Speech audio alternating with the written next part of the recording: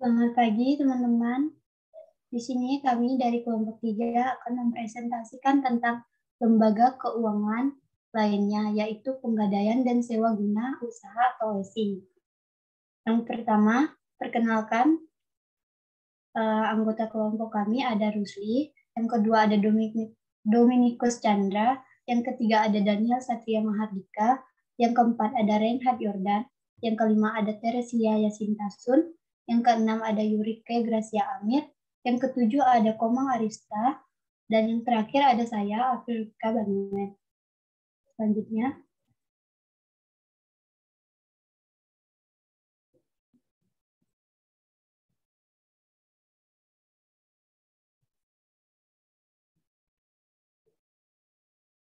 kelompok kami akan membahas tentang penggadaian dan sewa guna usaha atau leasing.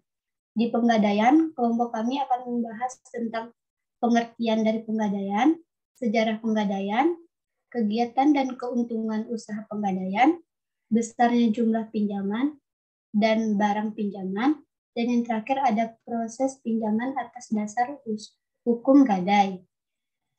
Sedangkan di sewa guna usaha atau leasing, kelompok kami akan menjelaskan tentang pengertian sewa guna usaha, pihak-pihak yang terkait dalam keuntungan leasing, kegiatan dan perjanjian leasing, dan yang terakhir jenis-jenis perusahaan leasing. Selanjutnya,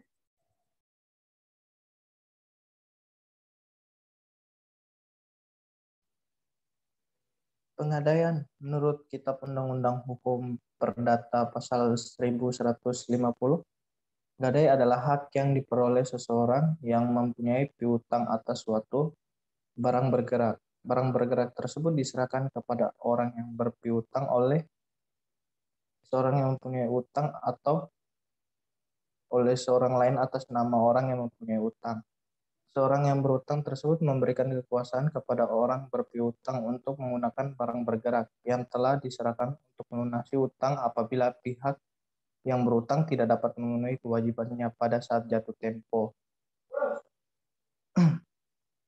PT Pegadaian adalah satu-satunya badan usaha di Indonesia yang secara resmi mempunyai izin untuk melaksanakan kegiatan lembaga keuangan berupa pembiayaan dalam bentuk penyaluran dana ke masyarakat atas dasar hukum pegadaian seperti dimaksud dalam Kitab Undang-Undang Hukum Perdata Pasal 1950 di atas.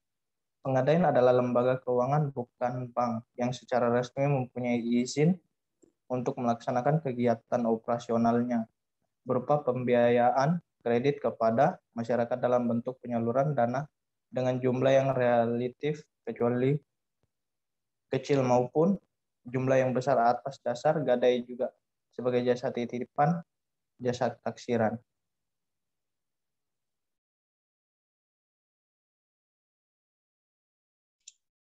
Ada dua hal yang membuat pegadaian menjadi suatu bentuk usaha lembaga keuangan bukan yang kas.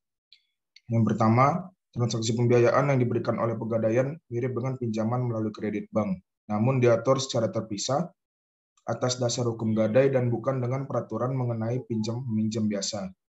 Yang kedua, usaha pegadaian di Indonesia secara legal dimonopoli oleh hanya satu badan usaha saja, yaitu PT Pegadaian atau Persero secara umum. Sejarah pegadaian. Sejarah pegadaian dimulai pada saat pemerintahan Belanda VOC mendirikan Bank van Lening, yaitu lembaga keuangan yang memberikan kredit dengan sistem gadai. Lembaga ini pertama kali didirikan di Batavia pada tanggal 20 Agustus 1746. Cikal bakal didirikannya PT Pegadaian ini sendiri adalah pada tahun 1746 ketika VOC mendirikan Bank van Lening, lembaga keuangan yang memberikan kredit dengan sistem gadai. Di tahun 1811, pemerintah Inggris mengambil alih dan membubarkan Bank van Lening. Akhirnya, masyarakat diberi kebebasan untuk mendirikan usaha pegadaian sendiri. Pegadaian dengan pertama kali didirikan pada tahun 1901, lalu 1905 berbentuk lembaga resmi, yaitu jawatan. Setelah melewati perubahan dari tahun 1961 sampai 1990, Akhirnya di tahun 2012 bentuk Badan Hukum Pegadaian berubah dari Perum menjadi Persero. Perubahan ini didasarkan pada Peraturan Pemerintah Nomor 51 Tahun 2011. Latar belakangnya, didirikannya Pegadaian sendiri adalah untuk meningkatkan kesejahteraan rakyat kecil serta mendukung program pemerintah dalam bidang ekonomi dan pembangunan nasional. Selanjutnya, setiap tanggal 1 April diperingati sebagai Hari Ulang Tahun Pegadaian. Kegiatan Pegadaian. Yang pertama, penghimpunan dana. Dana yang diperlukan oleh PT Pegadaian untuk melakukan kegiatan usaha yang berasal dari yang pertama, pinjaman jangka pendek dari perbankan. Yang kedua, dana jangka pendek sebagian besar adalah dalam bentuk ini sekitar 80% dari total pinjaman jangka pendek lainnya, dana jangka pendek yang dihimpun. Pinjaman jangka pendek dari pihak lainnya, atau utang kepada rekanan, utang kepada nasabah, utang pajak, biaya yang masih harus dibayar, pendapatan diterima di muka, dan lain-lain. Penerbitan obligasi. Penerbitan obligasi sampai dengan 2019, PT Pegadaian sudah 13 kali menerbitkan obligasi yang jangka waktunya masing-masing 5 tahun untuk obligasi, yaitu 1993, 1998, 2001, dan 2009. Jangka waktu 8 tahun untuk obligasi 1999, 2000, 2002, 2003, itu seri A, dan 2009 merupakan seri B. Jangka waktu 15 tahun untuk obligasi 2003, itu seri B, serta jangka waktu 10 tahun untuk obligasi 2006, 2007, dan 2009, itu seri C. Sampai dengan 2009, total nilai obligasi yang telah diterbitkan adalah 4.224,6 miliar. Modal sendiri yang dimiliki oleh PT Pegadaian terdiri atas 1. Modal awal, kekayaan di negara di luar APBN senilai 205 miliar, sesuai dengan neraca pembukaan dan surat Menteri Keuangan RI nomor 1015 KMK 013 1991 tanggal 26 September 1991.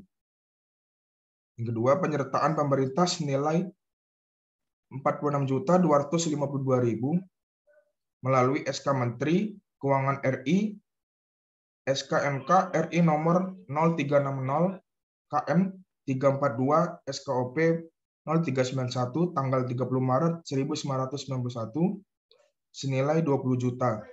SKMK RI nomor 0136 KM 3-42 SKOP 0891 tanggal 5 Agustus 1991 senilai 16.252 dan SKMK RI nomor 0151 MK 013 1992 tanggal 29 Juni 1992 senilai 10 juta. Laba ditahan. Laba ditahan ini merupakan akumulasi laba sejak perusahaan Pegadaian ini berdiri pada masa Hindia Belanda.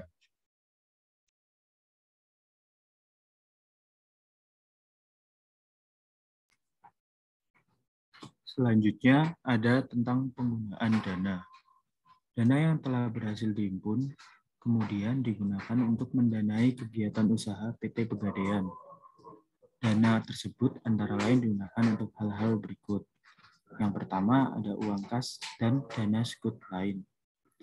PT Pegadaian memerlukan dana likuid untuk berbagai kebutuhan, seperti kewajiban yang jatuh tempo, penyaluran dana dalam bentuk pembiayaan atas dasar hukum gadai, biaya operasional yang harus segera dikeluarkan, pembayaran pajak, dan lain-lain.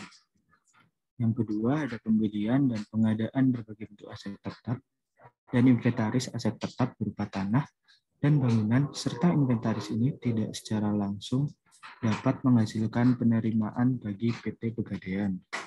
Namun sangat penting agar kegiatan usahanya dapat dijalankan dengan baik.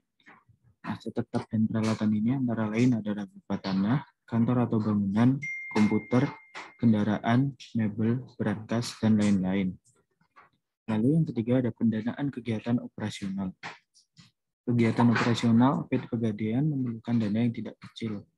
Dana ini antara lain digunakan untuk gaji pegawai, honor, perawatan peralatan, dan lain-lain. Lalu yang keempat ada penyaluran dana. Penggunaan dana yang utama adalah untuk disalurkan dalam bentuk pembiayaan atas dasar hukum gadai. Lebih dari 50% dana yang telah dihimpun oleh PT Pegadaian tertanam dalam bentuk aset ini, karena memang ini merupakan kegiatan utamanya. Penyaluran dana ini diharapkan akan dapat menghasilkan penerimaan dari bunga yang dibayarkan oleh nasabah. Penerimaan inilah yang merupakan penerimaan utama bagi PT Pegadaian dalam menghasilkan keuntungan, meskipun tetap dimungkinkan untuk mendapatkan penerimaan dari sumber lain seperti investasi surat berharga dan pelelangan jaminan gadai. Lalu yang kelima, yang terakhir ada kelebihan dana atau idle fund yang belum diperlukan untuk mendanai kegiatan operasional ataupun dapat disalurkan kepada masyarakat. Dapat ditanamkan dalam berbagai macam bentuk investasi jangka pendek dan menengah. Investasi ini dapat menghasilkan penerimaan bagi PT Pegadaian. Namun, penerimaan ini bukan merupakan penerimaan utama yang diharapkan oleh PT Pegadaian. Pegadaian dapat memanfaatkan dananya untuk investasi dalam bidang properti seperti kantor dan toko. Investasi ini biasanya bekerja sama dengan pihak ketiga seperti pengembang atau developer, kontraktor, dan lain-lain. Selanjutnya ada kegiatan usaha Pegadaian. Usaha pokok Pegadaian adalah usaha peminjaman uang dengan sistem gadai. Akan tetapi, Pegadaian juga memiliki usaha-usaha lain. Dalam buku bank dan lembaga keuangan lainnya, tahun 2018 karya Kasmir, dijelaskan beberapa usaha lain yang dilakukan oleh Pegadaian, yaitu yang pertama ada melayani jasa taksiran. Jasa taksiran sendiri adalah jasa yang diberikan Pegadaian kepada masyarakat yang ingin menaksir berapa nilai real barang-barang berharga yang dimilikinya. Jasa ini berguna bagi masyarakat yang ingin menjual barang-barang berharganya atau hanya sekedar ingin mengetahui jumlah kekayaannya. Yang kedua ada melayani jasa titipan barang. Jasa titipan barang adalah jasa yang diberikan Pegadaian kepada masyarakat yang ingin menitipkan barang berharganya. Jasa ini diberikan untuk memberikan rasa aman kepada pemiliknya, terutama bagi orang-orang yang akan meninggalkan rumah dalam kurun waktu yang lama.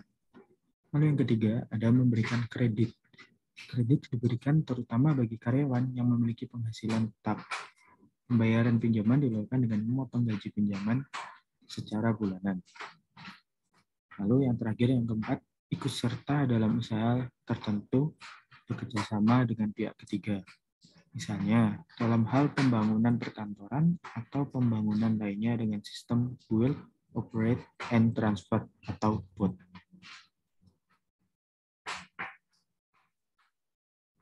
Selanjutnya, keuntungannya.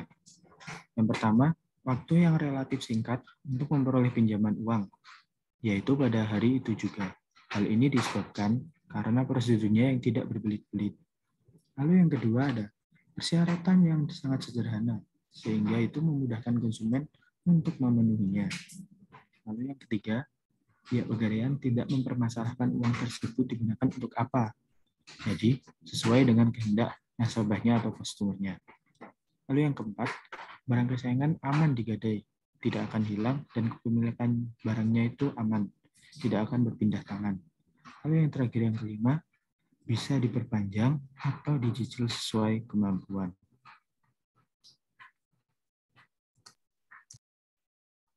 Lalu ada manfaat Pegadaian. Bagi nasabah, manfaat utama yang diperoleh oleh nasabah yang meminjam dari PT Pegadaian adalah ketersediaan dana dengan prosedur yang relatif lebih sederhana dan dalam waktu yang lebih cepat, terutama apabila dibandingkan dengan kredit perbankan.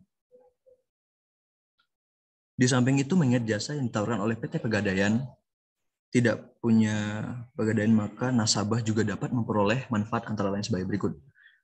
Penaksiran nilai suatu barang bergerak dari pihak atau institusi yang telah berpengalaman dan dapat dipercaya. Pentaksiran atas suatu barang antara penjual dan pembeli sering sulit sampai pada suatu kesepakatan yang sama. Untuk mengatakan perbedaan persepsi atas nilai suatu barang, kedua belah pihak bisa menghubungi PT Pegadaian sebagai pihak yang netral untuk melakukan penaksiran atas barang tersebut. Yang kedua, ada sebagai penitipan suatu barang bergerak pada tempat yang aman dan dapat dipercaya nasabah yang akan berpergian. merasa kurang aman mendapatkan barang bergeraknya di tempat sendiri, atau tidak mempunyai sarana penyimpanan suatu barang bergerak. Nah, nasabah bisa menitipkan barangnya di Pegadaian. Bagi Pegadaian sendiri, manfaat yang diharapkan dari PT Pegadaian adalah penghasilan yang bersumber dari sewa modal yang dibayarkan oleh peminjam dana. Lalu yang kedua, penghasilan yang bersumber dari ongkos yang dibayarkan oleh nasabah memperoleh jasa tertentu. Lalu ada pelaksanaan misi PT Pegadaian sebagai suatu badan usaha milik negara yang bergerak dalam bidang pembiayaan berupa pemberian bantuan kepada masyarakat yang memerlukan dana dengan prosedur dan cara yang relatif sederhana. Lalu berdasarkan pada peraturan pemerintah nomor 10 tahun 1990, laba yang diperoleh oleh PT Pegadaian digunakan untuk dana pembangunan semesta sebanyak 55%, cadangan umum 20%, cadangan tujuan 5%, dan dana sosial 20%. Selanjutnya. Lalu besarnya jumlah pinjaman dan barang pinjaman. Besarnya jumlah pinjaman yang diberikan pihak Pegadaian tergantung dari seberapa berharganya barang yang dipinjamkan yang dijaminkan oleh nasabahnya. Semakin besar nilai, semakin besar pula pinjaman yang dapat diperoleh nasabah. Demikian pula sebaliknya. Namun biasanya Pegadaian hanya melayani sampai jumlah tertentu, dan biasanya yang menggunakan jasa Pegadaian adalah masyarakat menengah ke bawah. Kepada nasabah yang memperoleh pinjaman akan dikenakan sewa modal atau bunga pinjaman per bulan yang besarnya tergantung dari golongan nasabah. Golongan nasabah yang ditentukan oleh Pegadaian berdasarkan jumlah pinjaman yaitu A, B, C, dan D. Sedangkan besarnya sewa modal dapat berubah sesuai dengan bunga pasar. Dalam menentukan besarnya jumlah pinjaman, maka barang jaminan tersebut ditaksir lebih dulu. Untuk menaksir nilai barang yang dijaminkan, maka pihak Pegadaian memiliki ahli-ahli yang berperan untuk menaksir barang yang dijaminkan di Pegadaian. Demikianlah penjelasan mengenai keuntungan usaha gadai dan besarnya jumlah jaminan di Pegadaian. Selanjutnya. Lalu ada proses pinjaman atas dasar hukum gadai. Yang pertama, barang yang dapat digadaikan adalah barang perhiasan seperti emas, perak, platina, intan, mutiara, dan batu mulia. Kendaraan mobil seperti mobil, sepeda motor, sepeda, dan lain-lain. Barang elektronik seperti kamera dan sebagainya. Lalu ada penaksiran. Penaksiran pinjaman atas dasar hukum gadai mensyaratkan penyerahan barang bergerak sebagai jaminan pada loket yang telah ditentukan pada kantor Pegadaian setempat. Mengingat besarnya jumlah pinjaman sangat tergantung pada nilai barang yang akan digadaikan, maka barang yang diterima dari calon peminjam terlebih dahulu harus ditaksir nilainya oleh petugas penaksir. Lalu yang ketiga, ada penerimaan permintaan. Pemberian pinjaman nilai taksiran atas barang yang akan digadaikan tidak sama dengan besarnya pinjaman yang diberikan. Lalu setelah itu ditentukan oleh petugas menentukan jumlah uang pinjaman yang dapat diberikan. Penentuan jumlah uang pinjaman ini juga berdasarkan persentase tertentu terhadap nilai taksiran, dan persentase ini juga telah ditentukan oleh Perum Pegadaian berdasarkan golongan yang besarnya berkisar antara 80 sampai 90. Lalu ada pelunasan. Pelunasan sesuai dengan syarat-syarat yang telah ditentukan pada waktu pemberian pinjaman. Pemberi gadai mempunyai kewajiban melakukan pelunasan pinjaman yang telah diterima. Pada dasarnya, pemberi gadai dapat melunasi kewajibannya setiap saat tanpa harus menunggu waktu jatuh tempo. Pelunasan pinjaman beserta sewa modalnya, bunga dibayarkan langsung ke kasir disertai surat gadai. Setelah adanya pelunasan atau penebusan yang disertai dengan pemenuhan kewajiban pemberi gadai yang lain, pemberi gadai dapat mengambil kembali barang yang digadaikan. Lalu ada yang terakhir, pelelangan. Pelelangan, penjualan barang yang digadaikan melalui suatu pelelangan akan dilakukan oleh PT Pegadaian pada saat yang telah ditentukan di muka apabila 1. Pada masa peminjaman habis atau jatuh tempo, nasabah tidak bisa menebus barang yang digadaikan dan membayar kewajiban lainnya karena berbagai alasan. Yang kedua, pada saat masa pinjaman habis jatuh tempo, nasabah tidak memperpanjang batasan waktu pinjamannya karena berbagai alasan.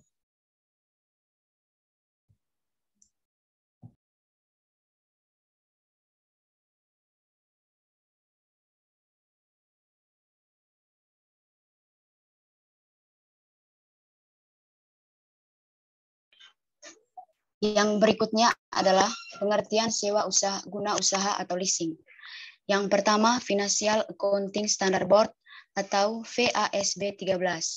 Leasing adalah suatu perjanjian penyediaan barang-barang modal yang digunakan untuk suatu jangka waktu tertentu. Yang kedua, The International Accounting Standard atau IAS 17. Leasing adalah suatu perjanjian di mana pemilik aset atau perusahaan sewa guna usaha atau lessor menyediakan barang atau aset dengan hak penggunaan kepada penyewa guna usaha atau lisi dengan imbalan pembayaran sewa untuk suatu jangka waktu tertentu. Yang ketiga, Equipment Leasing Association atau ELA UK. Leasing adalah suatu kontrak antara lessor dengan lisi untuk penyewaan suatu jenis barang atau aset tertentu secara langsung dari pabrik atau agen penjual oleh lisi. Hak kepemilikan barang tersebut tetap berada pada lessor lisi memiliki hak pakai atas barang tersebut dengan membayar sewa dengan jumlah dan jangka waktu yang telah ditetapkan. Yang keempat, keputusan bersama Menteri Keuangan, Menteri Perindustrian, dan Menteri Perdagangan nomor Cap 122-MK-TV-74 nomor 32-M-SK-2174 nomor 30-KPB-1-74 tanggal 7 Januari 1974. Leasing adalah setiap kegiatan pembiayaan perusahaan dalam bentuk penyediaan barang-barang modal untuk digunakan oleh suatu perusahaan untuk suatu jangka waktu tertentu berdasarkan pada pembayaran berkala disertai dengan hak pilih bagi perusahaan tersebut untuk membeli barang-barang modal yang bersangkutan atau memperpanjang jangka waktu leasing berdasarkan pada nilai sisa yang telah disepakati bersama. Yang kelima, keputusan Menteri Keuangan nomor 1169/KMK 01/1991 tanggal 21 November 1991 tentang kegiatan sewa guna usaha atau leasing adalah kegiatan pembiayaan dalam bentuk penyediaan barang modal baik secara leasing dengan hak opsi atau finansi lisi maupun leasing tanpa hak opsi atau sewa guna usaha biaya atau operating lisi untuk digunakan oleh lisi selama jangka waktu tertentu berdasarkan pada pembayaran secara berkala.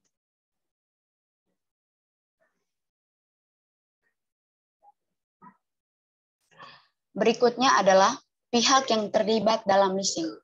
Yang pertama, lessor. Lessor ini adalah perusahaan leasing atau pihak yang memberikan jasa pembiayaan kepada pihak lisi dalam bentuk barang modal. Lessor adalah finansial lisi bertujuan untuk mendapatkan kembali biaya yang telah dikeluarkan untuk membiayai penyediaan barang modal dengan mendapatkan keuntungan. Sedangkan lessor dalam operator lisi bertujuan mendapatkan keuntungan dari penyediaan barang serta pemberian jasa-jasa yang berkenan dengan pemeliharaan serta pengoperasian barang modal tersebut. Yang kedua, lisi. Lisi ini adalah perusahaan atau pihak yang memperoleh pembiayaan dalam bentuk barang modal dari lessor. Lisi dalam finansial lisi bertujuan mendapatkan pembiayaan berupa barang atau peralatan dengan cara pembayaran angsuran atau secara berkala pada akhir kontrak leasing. Lisi memiliki hak opsi atas barang tersebut. Maksudnya, pihak lisi memiliki hak untuk membeli barang tersebut berdasarkan nilai sisa. Dalam operating lisi, lisi dapat memenuhi kebutuhan peralatannya di samping tenaga operator dan perawatan alat tersebut tanpa risiko bagi lisi terhadap kerusakan. Yang ketiga adalah supplier atau pemasok. Supplier ini adalah perusahaan atau pihak yang mengadakan atau menyediakan barang untuk dijual kepada lisi dengan pembayaran secara tunai oleh lessor. Dalam mekanisme finansial lisi, supplier langsung menyerahkan barang kepada lisi tanpa melalui pihak lessor sebagai pihak yang memberikan pembiayaan. Sebaliknya dengan operating lisi, supplier menjual barangnya langsung kepada lessor dengan pembayaran yang sesuai dengan kesepakatan kedua belah pihak, yaitu secara tunai atau berkala. Yang keempat, bank atau kreditor. Dalam suatu perjanjian atau kontrak leasing, pihak bank atau kreditor tidak terlibat secara langsung dalam kontrak leasing. Namun, pihak bank memegang peranan dalam hal penyediaan dana kepada lessor, terutama dalam mekanisme leverage leasing, di mana sumber dana pembiayaan lessor diperoleh melalui kredit bank. Pihak supplier dalam hal ini tidak tertutup kemungkinan menerima kredit dari bank untuk memperoleh barang-barang yang nantinya akan dijual sebagai objek leasing kepada lessee atau lessor.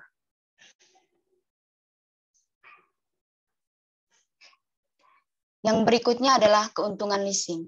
Yang pertama, fleksibilitas dari segi keadaan keuangan lessee. Sewa guna usaha memberikan kemudahan pembiayaan sewa yang dapat dilakukan secara berkala oleh lessee. Yang kedua, biaya yang dibutuhkan perusahaan untuk merealisasikan kontrak sewa guna usaha tidak besar atau relatif murah, sehingga perusahaan kecil dapat dengan mudah menjalankan usaha melalui sewa guna usaha. Yang ketiga, adanya penghematan pajak apabila suatu perusahaan melakukan sewa guna usaha. Hal ini diperkuat dengan adanya keputusan Menteri Keuangan nomor 1169 tahun 1991 tentang kegiatan sewa usaha.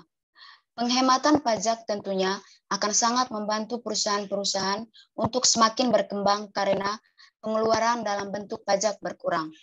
Yang keempat, pengaturan sewa guna usaha tidak terlalu rumit sehingga dapat dilakukan dengan mudah oleh perusahaan-perusahaan di Indonesia, sehingga pada akhirnya membantu perusahaan untuk cepat mengembangkan usahanya. Yang kelima, kriteria perusahaan yang dapat menjadi lessee cukup longgar. Perusahaan-perusahaan di Indonesia tidak semuanya memenuhi kriteria sebagai perusahaan yang bonafide. Dengan adanya kelonggaran dalam penerimaan perusahaan yang akan melakukan sewa guna usaha, maka perusahaan-perusahaan yang sedang berkembang dapat dengan mudah menerima manfaat dari sewa guna usaha. Yang keenam, rendahnya risiko yang ditanggung baik oleh pemberi sewa guna usaha maupun penerima sewa guna usaha apabila terjadi pemutusan kontrak di tengah jalan. Dengan rendahnya risiko, maka kedua belah pihak lessee maupun lessor dapat tenang dengan adanya perjanjian sewa guna usaha. Yang terakhir, transaksi sewa guna usaha sering dilakukan tanpa uang muka dan pembiayaannya diberikan sampai 100%.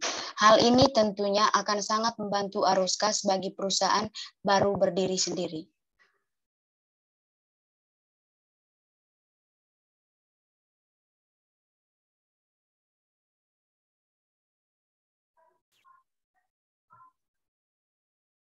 Berikutnya adalah kegiatan leasing. Dari segi pandang hukum, kegiatan leasing memiliki 4 ciri, yaitu yang pertama, perjanjian antara lessor dengan pihak lessee.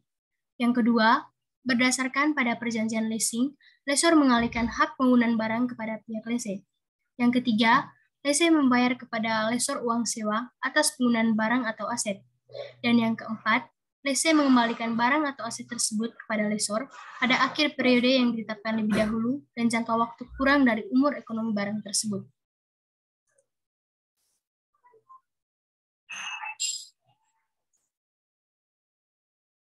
Perjanjian leasing.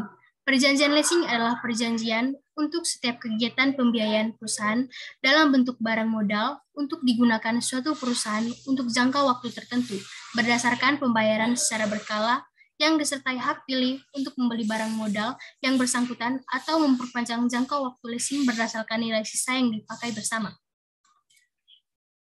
Biasanya, perusahaan membuat perjanjian leasing saat tidak mempunyai cukup modal untuk membeli alat produksi.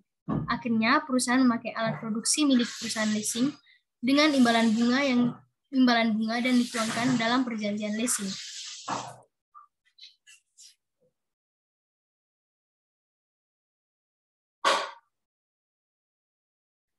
Jenis-jenis perusahaan leasing. Leasing bisa dibedakan menjadi 5 jenis dalam proses penerapannya. Kelima jenis leasing tersebut adalah sebagai berikut. Yang pertama adalah kapitalis. Kapitalis adalah jenis perusahaan leasing yang berasal dari suatu lembaga keuangan. Jenis leasing ini pada umumnya bisa melayani pihak nasabah yang memerlukan kebebasan dalam menentukan barang atau modal dengan spesifikasi tertentu. Dalam penerapannya, pihak lessor akan memberikan dana untuk membayar barang yang diperlukan kepada pihak supplier. lantas akan diserahkan kepada pihak lese. Nantinya, pihak lesor akan memperoleh imbalan berupa nasabah dalam bentuk pembayaran secara angsuran dalam periode waktu tertentu sesuai dengan kesepakatan bersama. Yang kedua, operating lease. Operating lease adalah suatu jenis perusahaan leasing yang mana pihak lesor akan membeli barang untuk disewakan kepada nasabahnya dalam kurun waktu tertentu. Untuk hal ini, pihak nasabah hanya perlu membayar biaya rental barang saja, untuk harga barang dan biaya lainnya nanti akan ditanggung oleh pihak lesor.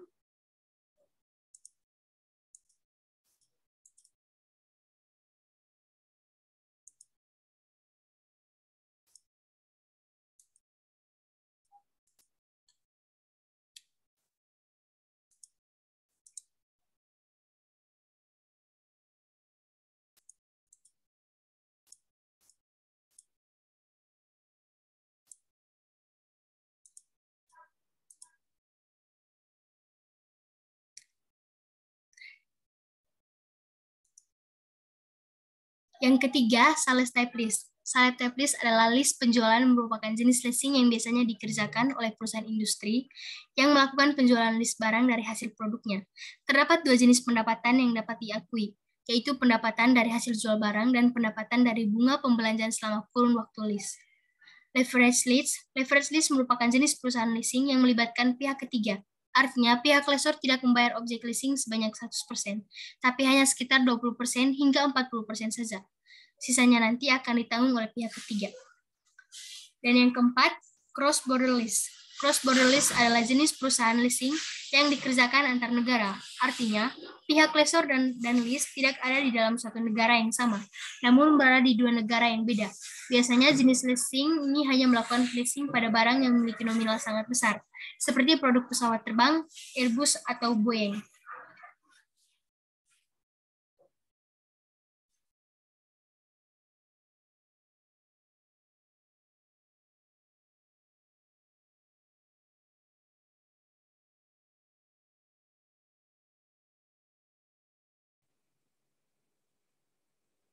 Selanjutnya, studi kasus pegadaian. Perjanjian yang dibuat antara nasabah dengan PT Pegadaian dalam hal tabungan emas di Pegadaian, Medan, Sunggal sesuai dengan KUHP Perdata. Bagaimana hubungan hukum nasabah dengan PT Pegadaian Medan, Sunggal, dan bagaimana penyelesaian sengketa prestasi dalam hal tabungan emas di PT Pegadaian Medan Sunggal. Untuk penyelesaiannya yaitu dalam perkembangan hukum kontrak atau perjanjian telah tumbuh dan berkembang dengan pesat mengikuti perkembangan yang terjadi dalam masyarakat. Hukum kontrak atau perjanjian yang menjadi dasar hubungan pegadaian dengan nasabah di debitur bersumber dari ketentuan KUHP Perdata tentang kontrak hukum ketiga. PT Pegadaian Persero merupakan satu-satunya lembaga formal di Indonesia yang berdasarkan hukum yang diizinkan untuk melakukan pembiayaan dengan bentuk penyaluran uang pinjaman atas dasar hukum gadai. Undang-undang tabungan emas yang dibuat oleh PT Pegadaian tunduk kepada hukum negara Republik Indonesia, sehingga tabungan emas merupakan suatu bentuk perjanjian di mana harus dipenuhi syarat sebagaimana dalam pasal 1320 KUHP Perdata. Hubungan formal antara nasabah dengan Pegadaian terdapat pada formulir-formulir yang telah diisi oleh nasabah dan disetujui oleh Pegadaian. Formulir-formulir itu berisi tentang permohonan atau perintah atau kuasa pada Pegadaian. Prestasi tidak terjadi dalam tabungan emas karena tabungan emas ini adalah program yang dibuat oleh pihak Pegadaian yang memiliki tujuan mempermudah masyarakat untuk berinvestasi emas dengan jasa titipan, dan Pegadaian tidak mewajibkan nasabahnya untuk menabung dengan biaya nominal yang membebani nasabah pada PT Pegadaian sehingga apabila nasabah tidak memenuhi kewajibannya, tidak akan menimbulkan kerugian bagi kedua belah pihak. Studi kasus leasing. PT Darman Finance menyediakan berbagai mesin produksi atas dasar leasing. Sebuah mesin harganya 250 juta dapat diangsur dalam jangka waktu 5 tahun. Jika lessor memperhitungkan bunga 15%, hitunglah A, yaitu pembayaran lesi tahunan. Jika pembayaran harus dilakukan tiap akhir tahun, dan angsuran pertama harus dilakukan 1 tahun setelah perjanjian leasing ditandatangani. Untuk B, pembayaran lesi tahunan. Jika pembayaran harus dilakukan tiap awal tahun dan angsuran pertama dibayar di awal tahun ke-1. Untuk C, pembayaran lesi tahunan. Jika pembayaran harus dilakukan tiap awal tahun dan angsuran pertama dibayarkan di awal tahun ke-1 dengan nilai residu 20 juta.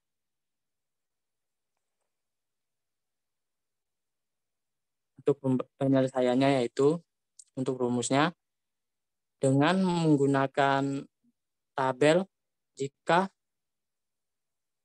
angsuran pertama diskontokan IS sama dengan BM per dalam kurung P VIV, I, N, dan jika angsuran pertama tidak diskontokan IS sama dengan BM dalam kurung P VIF, I, N min 1 plus 1. Untuk pembahasannya diketahui BM sama dengan 250 juta, I sama dengan 15%. Untuk N 5. Ditanya IS. Untuk A, pembayaran dilakukan di akhir tahun 250 sama dengan X dalam kurung per 1 plus 0,15 plus X dalam kurung per 1 plus 0,15 plus X per dalam kurung 1 plus 0,15 pangkat 3. X per dalam kurung 1X plus 0,15 pangkat 4 plus X per dalam kurung 1 plus 0,15 pangkat 5. 250 sama dengan 3,352 X. X sama dengan 74,582 juta. Untuk B, pembayaran dilakukan di awal tahun. 250 sama dengan X plus X per dalam kurung 1 plus 0,15 plus X per dalam kurung 1 plus 0,15 pangkat 2 plus X per dalam kurung 1 plus 0,15 pangkat 3 plus X per dalam kurung 1 plus 0,15 pangkat 4. 250 sama dengan X plus X dalam kurung 2,855. 250 sama dengan 3,855. X-nya yaitu 64,850 juta.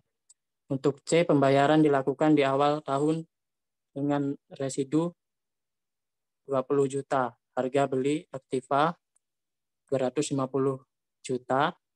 Nilai tunai harga residu 20 juta kali 0,497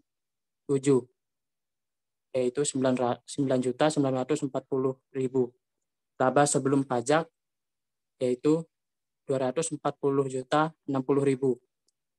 240,06 sama dengan X plus X per 1 plus 0,15 plus X per 1 0,15 pangkat 2 plus X per 1 plus 0,15 pangkat 3 plus X per 1 plus 0,15 pangkat 4. 240,06 sama dengan X plus X dalam kurung 2,855. 240,06 sama dengan 3,855 X. X-nya yaitu 62,272 juta.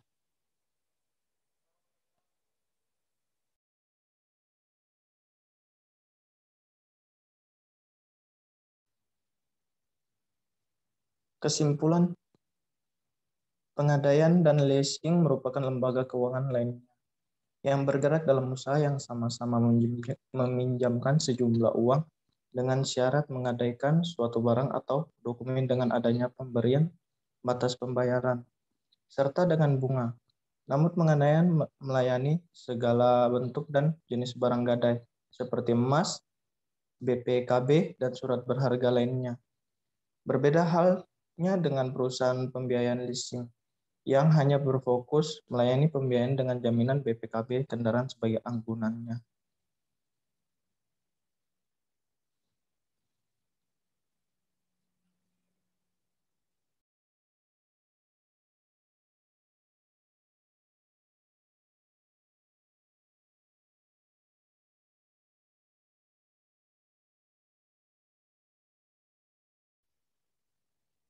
Sekian dari kelompok kami.